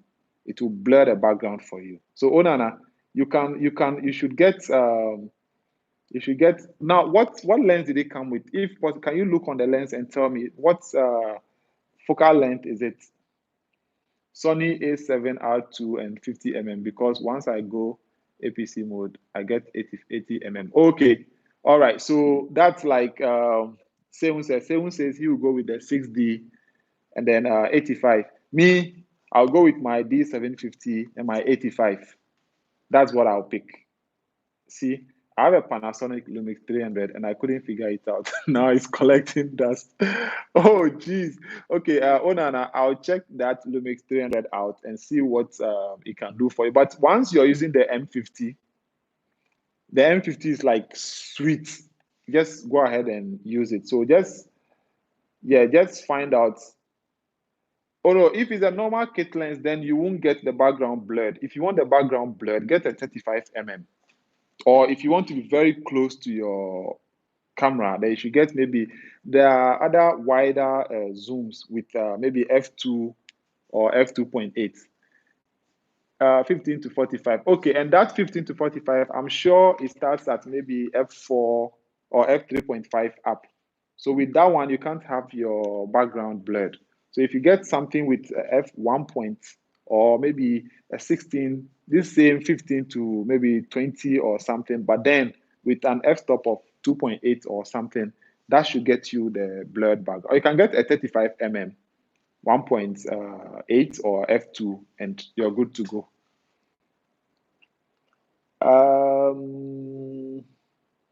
Canon 5D Mark IV. Parkway, 5D Mark IV with which lens? Another question I have is, how do you handle social media critics of your work as a beginner? You see, now social media, we have like more bullies there than people who would help you. Oh, Nana. See, when you go to the camera shop, just tell them you want to have, you want to be able to make your background blurred, and they will fix you. Okay, I think that's simpler. So, Onana, just go to your camera shop and tell them this is what you have. But when you do your videos, your background is like in focus. You want your background blurred, and then they will be able to give you the specific lens you need. Now, social media, we have more bullies there than people who will help you. Yes, so even when you post something and you need people to critique it, they end up bullying you, like talking you down, telling you trash, just to dampen your spirit. You get it? So about 90% of what people will tell you on social media, you don't need. They are negative stuff, and most people end up dwelling on those negative stuffs, and they get depressed and all that. Especially YouTube. Every video you create, people have negative things to say about them until you make it. Then they start praising you. You get it? It's the same way you sit down, retouch your picture, edit your video, and people have, oh no, you should have done it like this. You should have put this here. You shouldn't have said this. You should have used this color. You should have done this. You should have. It's always you should have, should have, should have, should have. But when you call them and ask them, oh, I'm doing this thing. I want to do a shoot or I want to do this video. How should I do it? They will never have any idea for you. But you finish it and put it there. That's when they'll be telling you what you should have done and what you shouldn't have done. So, Charlie, you have a few people who are ready to, uplift you. Me, before I even critique you, I'll praise you for even having the courage to even create that thing and put it over there. Yeah, they turn into blasted expert. They'll blast you and all that, but meanwhile, they can't even create anything. You see, so catalyst, that's it. You need to focus on the good things that are being said. Focus on them. I mean, if you see comments, you know which ones are good, which ones are bad. Some people just type just for clout. They think maybe when they bully you, they get people to follow them and all that. That's all. Someone recently told me Nike will never call you for a shoot, and I responded, Nike didn't call me for this, but I shot it and will continue doing so. Exactly. So you see, that's it. Instead of them, uplifting, letting you know that, oh, one day Nike can even call you or something. See the trash they are telling you. It's always like that. So me, social media now, I know it's with experience. Once you're there for some time, yeah, Onana, thanks for being part of it. So get to your computer shop or your shop where you can get a lens. Let them know what you want. Tell them you want you want to be able to blur the background, and then they will give you. So when you get it, just let me know what they suggest for you. Yeah, and that camera I love it. M50. I'll buy some one day for my YouTube videos. So yes, Catalyst, don't let those bullies get to, especially the beginners, and most of them. I have somebody, yes, Onana. Catalyst is in, I think Onana is in Canada. Yes, and Catalyst is in California. So you guys can link up. Yeah, Onana, don't worry. Next time you come to Ghana, I'll pick it up from you. So Onana, you can link up with Catalyst because I think you guys are not far from each other. So he can help you. Catalyst is one great guy, man. He's a brother, so he can help you. You see, so guys, the beginners, don't let social media push you down. Charlie, develop a tough skin. Even in WhatsApp groups, sometimes you post, yes, Onana, connect with Catalyst. In WhatsApp groups, you post a picture for CC, and the things they will tell you. Meanwhile, you go check those same people. And their pictures. I mean, you see nothing extraordinary about what they are producing, but anytime you post, they have something to say about it. Forget them.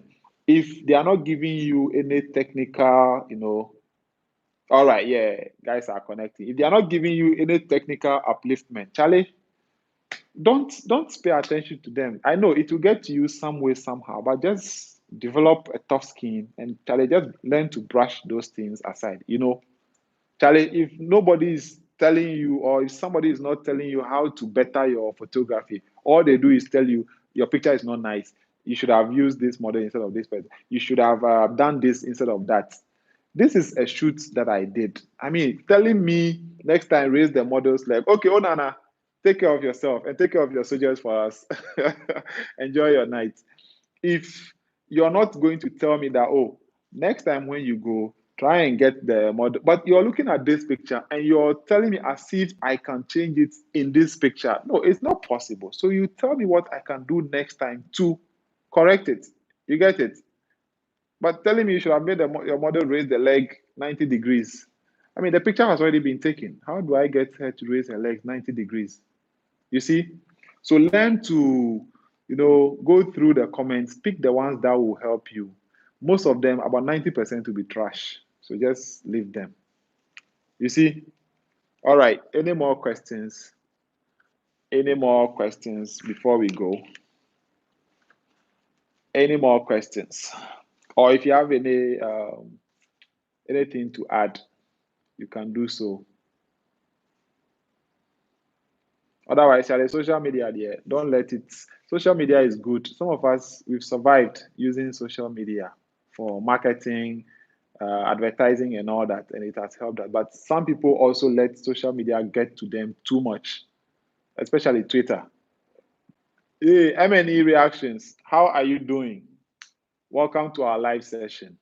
Oh, you're new here. Wow. If you haven't subscribed yet, please go ahead and subscribe and drop your thumbs up. Yes, yes, yes. And then leave a comment on any of my videos. I'll get to you and then I'll connect with you also. Yeah. Why Capture One? What made you settle on that? Okay, so Parkway, Capture One because I was not using any raw processor apart from this thing Adobe Camera Raw. That's when I started. I didn't like Lightroom because the laptop I was using wasn't that strong enough, and Lightroom was very slow back then. So I used to admire Twitter is Charlie one hell of a place. I used to admire. Oh, okay, okay. M&E. Then I'm sure I'm also connected to you. I'm sure I'm also connected. Otherwise, just leave a comment under any of my videos, and right after this stream, I'll check. If I'm not connected, I'll do the needful. See, so I used to follow Ben Bond's works and all that. So one time I contacted him. I did some DIY stand for him. So when he came to pick it up, I asked him, Charlie, Chairman, your images always have. Yes, Charlie, I'm tired. Though. I've been retouching since morning. I had to submit a folder to a client. I finished around 7:30. That was when I uploaded it. Then I ate and then came live here. You see, I had to sleep, but then for the love of this, I had to be here. You get it? That's it. So yes, I asked him how does he get his colors to pop and all that. So he was like Capture One. He just said Capture One, and that's me. That's how I learn. When you tell me something, I go and research. So I went online to research and all that. Then I found Capture One, and since then, that's it. I've been using Capture One since, and so that's me and Capture One. Okay, Catalyst says what? Guess what, Mike? First time I used Lightroom was with the Nike shoot recently. Oh wow, I see. So you see now, Catalyst first time of using Lightroom was with the Nike Shoot Reset. Me, I've never used Lightroom because even now that I use a MacBook, but I'm used to Capture One. I don't know what Lightroom will give me that Capture One doesn't give. Maybe because of the presets and all that. But Capture One has, Capture One renders colors nicely. You can create your own presets in Capture One. The thing is, Capture One is like new to most people, so you don't have more presets. And yesterday I spoke about presets. Why would you want me to send you my presets? Why would you want your pictures to look like my pictures? You get it? Create your own preset. Know how to create presets. Then you can create your own to suit your style. You get it? Don't go looking for people's presets. The only reason you should go looking for people's presets is to see how they are how they create them. So you can also create yours. If my images are all with green shadows, and then you copy my presets, your images will also have green shadows. And when people see your image, they'll think they are my images. You get it?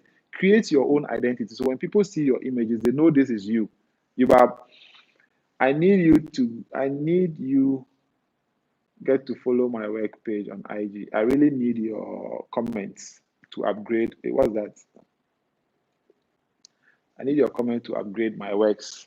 Gilbert, no problem. The thing is, these days, lots of people tag me, and I open my IG, 100 tags and all that. Charlie, sometimes it's, and then other people to send me like 10, 20 images on WhatsApp to look. I'm like, no, let's do it one step at a time. Take one image, work on it. Then when you send it to me, don't just say, oh, I should look at it and give you my comments. No, tell me what you were trying to achieve, and tell me what to look out for. It makes it easier for me. Most of the time, I'm busy.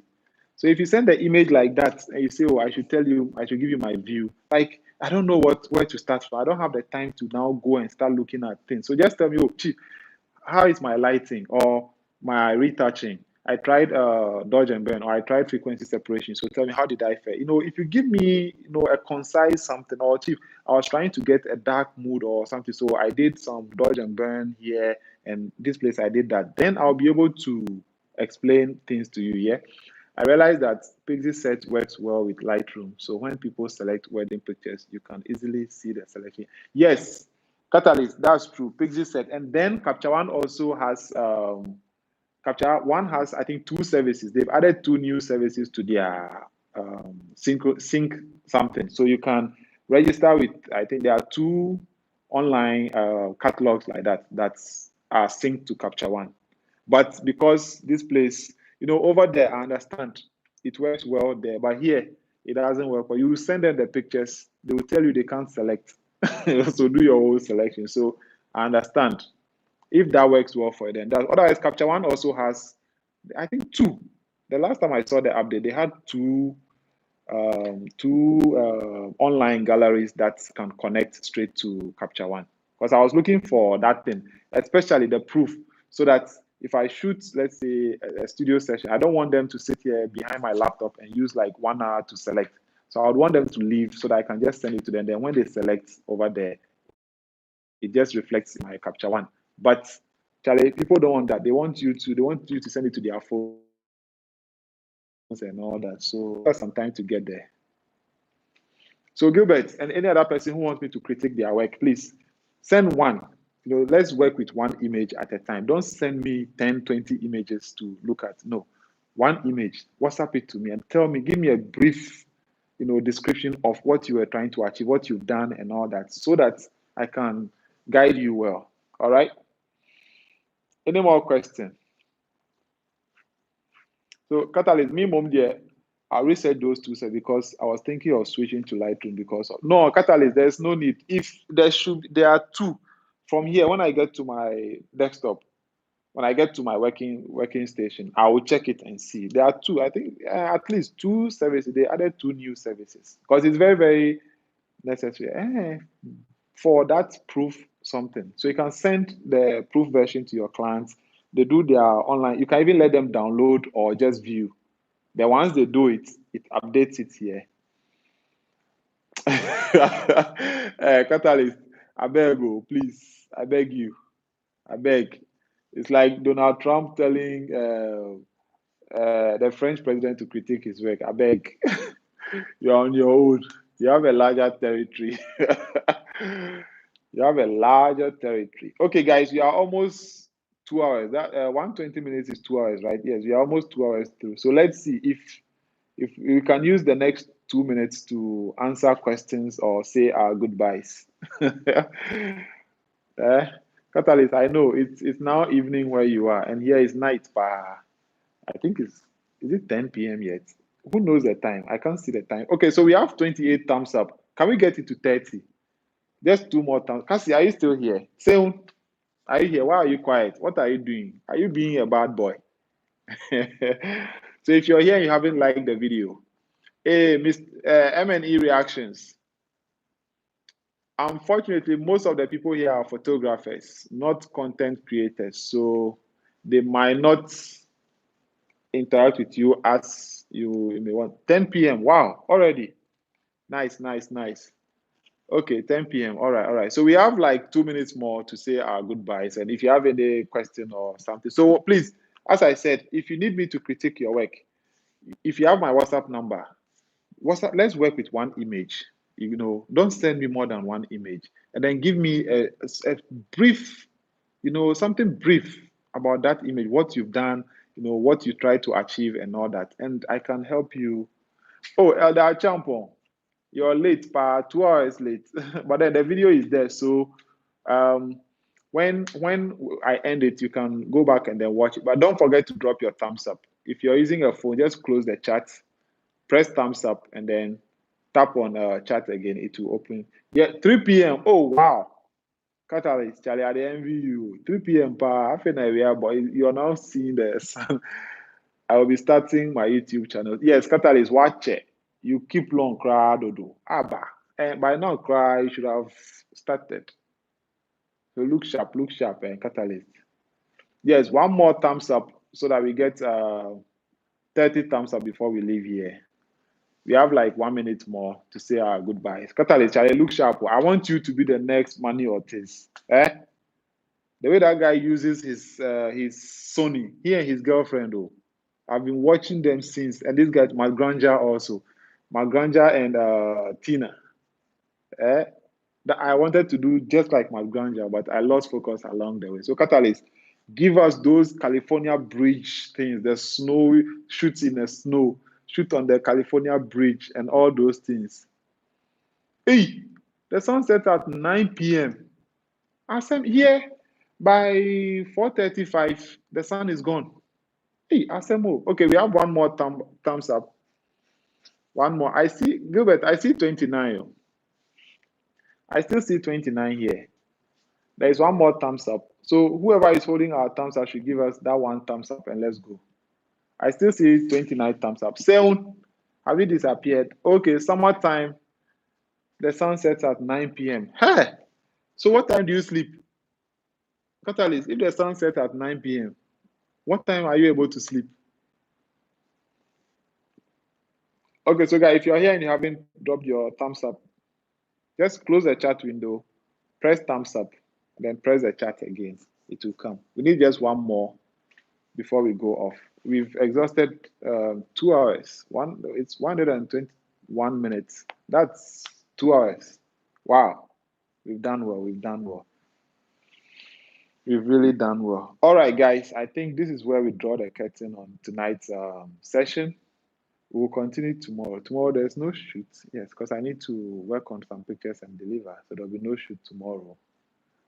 You sleep at 1 a.m. Then you wake up 4 a.m.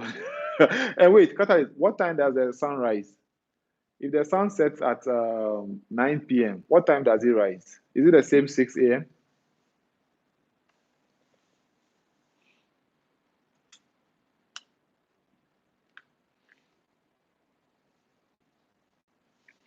Yes, so as we wait for Catalyst response, thanks guys for being part of this as always. You guys have always been supportive and all that.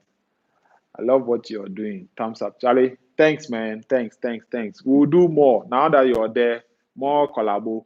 You should send them. We edit live and all that. Charlie, more collabo. And then once you settle down with the StreamYard, we can, be live together. Then, 5 a.m. Oh, okay. That one there. It comes at 5 a.m. but then sets late. Okay, no problem. So guys, thank you very much for the support. I really appreciate it, Charlie. You guys have been superb from day one. So let's do this again tomorrow, same time, 8 p.m. 8 p.m. same time, and let's learn. Let's meet here, learn, interact, and then network. So thanks, guys, for this. We'll meet again tomorrow. Catalyst, Charlie. Enjoy your afternoon, your late sunset, and every other person here. Thank you very much for being part. If you haven't dropped your thumbs up yet, just go ahead and drop it before we leave. We are 29 thumbs up now. If you just drop one, we'll get 30. But I'm sure everybody here has dropped it already. There's no new person, so we can still go off. We can go off. So guys, I'll see you tomorrow. Session has ended. Tonight's session has ended. So you can all leave. I don't like closing the door on you guys. So you all should leave one by one. One by one, let's all go home.